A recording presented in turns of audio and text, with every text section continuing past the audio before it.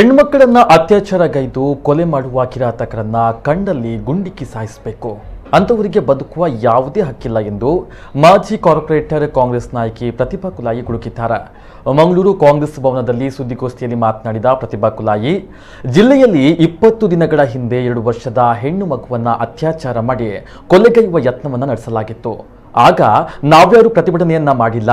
ಇದೀಗ 2ನೇ ಮುಗ್ಧ ಮಗು ಭೀಕರವಾಗಿ ಅತ್ಯಾಚಾರಿಗಳಿಗೆ ಬಲಿಯಾಗಿದೆ.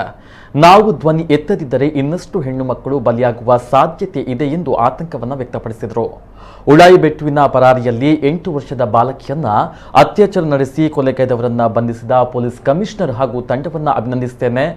ಕೇವಲ ಆರೋಪಿಗಳನ್ನ ಬಂಧಿಸಿದ್ರೆ ಸಾಲದು, ಈ ಘನಘೋರ ಕೃತ್ಯ ನಡೆಸಿದಂತಹ ಆರೋಪಿಗಳಿಗೆ ನ್ಯಾಯಾಲಯ ಶೀಘ್ರ ಹಾಗೂ ಕಠಿಣ ಶಿಕ್ಷೆಯನ್ನ ವಿಧಿಸಬೇಕೆಂದು ಆಗ್ರಹಿಸಿದರು. ಈ ಪದೇ ಪದೇ ಆಗುವಂತ ಕ್ರೈಮ್ ಏನಿದೆ ಇದು ಎಲ್ಲ ಹೊರ ರಾಜ್ಯದಿಂದ ಬಂದವರು ಮಾಡ್ತಾ ಇದ್ದಾರೆ.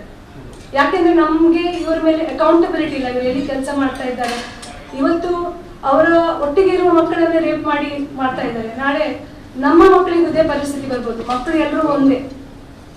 ಫಸ್ಟ್ ಆಫ್ ಆಲ್ ಇಂಥವರಿಗೆ ನಾವು ಅವಕಾಶಗಳನ್ನು ಕೊಡಬಾರ್ದು. ಅದಕ್ಕೆ ನಾವೆಲ್ಲರೂ ಒಟ್ಟಾಗಿ ಇದರ ಎಗೇನ್ಸ್ಟ್ ಹೋರಾಟ ಮಾಡಬೇಕು.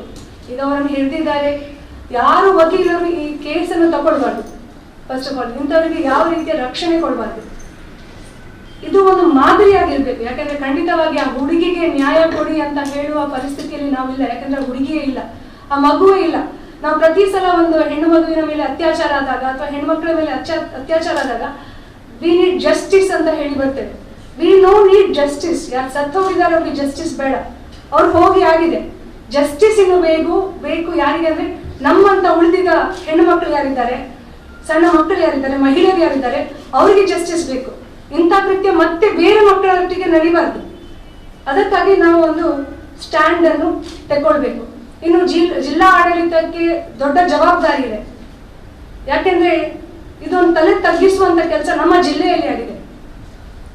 ಈ ಪ್ರಕರಣ ಇನ್ನು ಮುಂದೆ ಯಾವುದೇ ಇಂಥ ಪ್ರಕರಣ ಆಗಬಾರ್ದು ಅಂತ ಒಂದು ಸಪೋರ್ಟ್ ಜಿಲ್ಲಾ ಆಡಳಿತ ನಮ್ಮ ಪೊಲೀಸ್ ಅವರಿಗೆ ಕೊಟ್ಟು ಇದನ್ನು ಇಡೀ ದೇಶಕ್ಕೆ ಒಂದು ಮಾದರಿ ಅಂತ ಮಾಡಬೇಕು.